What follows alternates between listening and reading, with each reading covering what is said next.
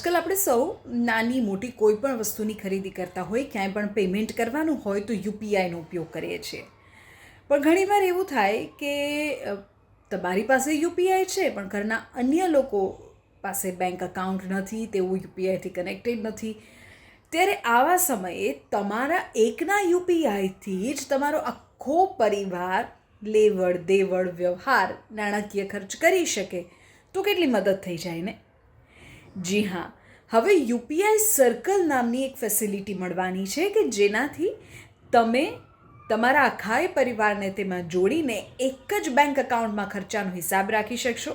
જો પરિવારમાં કોઈ વડીલો છે, કોઈ બાળકો છે, ફોન છે તેમની પાસે પણ બેંક અકાઉન્ટ નથી અથવા તો લિંક નથી, એવા સમયે તમારી એક વ્યક્તિના અકાઉન્ટમાંથી ઘરના 5 સભ્યો આરામથી યુપીઆઈ સર્કલની મદદથી ચૂકવણી કરી શકશે. એનપીસીઆઈએ યુપીઆઈ સર્કલ નામની એક સુવિધા પૂરી પાડે છે જે પરિવારના અલગ અલગ સભ્યોને એક યુપીઆઈ અકાઉન્ટથી ચૂકવણી કરવાની મંજૂરી આપે છે.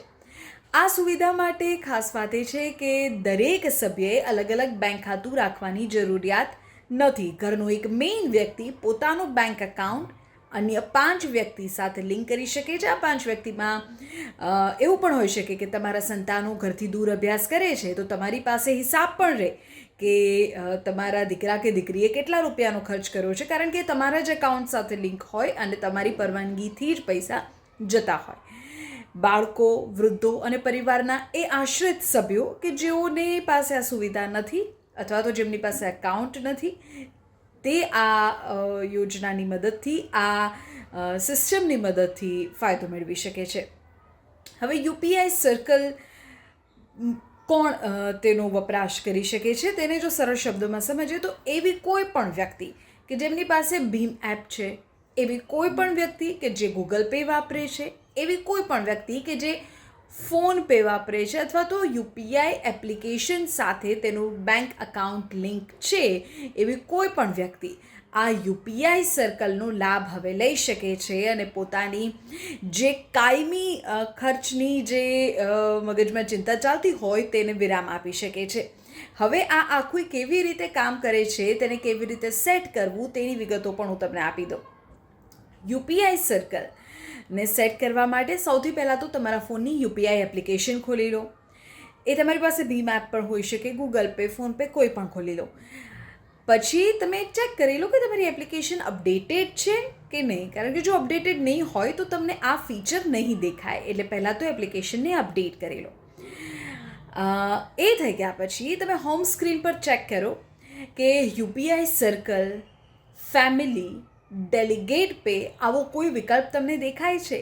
આવા 3-4 નામ તમને એટલે અત્યારે આપી રહ્યા છે કારણ કે અલગ અલગ એપ્લિકેશનમાં તેના અલગ અલગ નામ હોઈ શકે.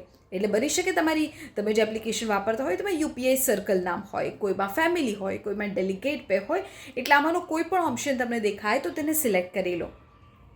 હવે તેમાં તમારે તમારા કુટુંબ કે મિત્રો અથવા તો જે સભ્યોને તમારે એડ કરવા છે તેને એડ કરી શકો છો. એક સરળ શબ્દોમાં કહી દો તો તમે એક મુખ્ય વપરાશકર્તા છો અને અન્ય 5 ગૌણ છે. આ જે 5 ગૌણ છે એ તમારી મંજૂરીથી પે કરશે. જે વ્યક્તિને તમારે એડ કરવા છે, જે ઉમેરવા છે, તેમના QR કોડને સ્કેન કરવા પડશે અને એમનું યુપીઆઈ આઈડી તમારે દાખલ કરવો પડશે. એટલે તમારા ફોનથી એક ઇન્વિટેશન તેમના ફોનમાં જશે, એ એક્સેપ્ટ કરશે એટલે એ તમારી સાથે કનેક્ટ થઈ જશે. એટલું જ નહીં, ચૂકવણી કેવી રીતે કરવી તેનો મોડ પણ તમે પસંદ કરી શકો છો.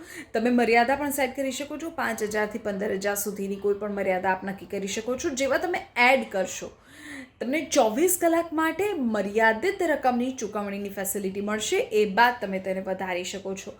હવે તમે જ્યારે લોકોને જોડો છો, તમે ધારો કે તમારા બાળકોને જોડ્યા છે તો તમે એક ફિક્સ લિમિટ પણ બાંધી શકો છો કે પ્રતિ ટ્રાન્ઝેક્શન, એવરી ટ્રાન્ઝેક્શનની આટલી લિમિટ મેક્સિમમ અથવા તો મંથલી આટલી લિમિટ. એટલે તમે મંજૂરી આપશો, તમે પરવાનગી આપશો તો જ ચૂકવણી થશે. પણ ફાયદો એ મળશે કે તમે બધા જ ઘરના 5 સભ્યોને તમે એડ કરી શકશો, તમારા મિત્રોને કે વડીલોને એડ કરી શકશો. અને બીજું એ કે એ હિસાબ તમારી પાસે રહેશે.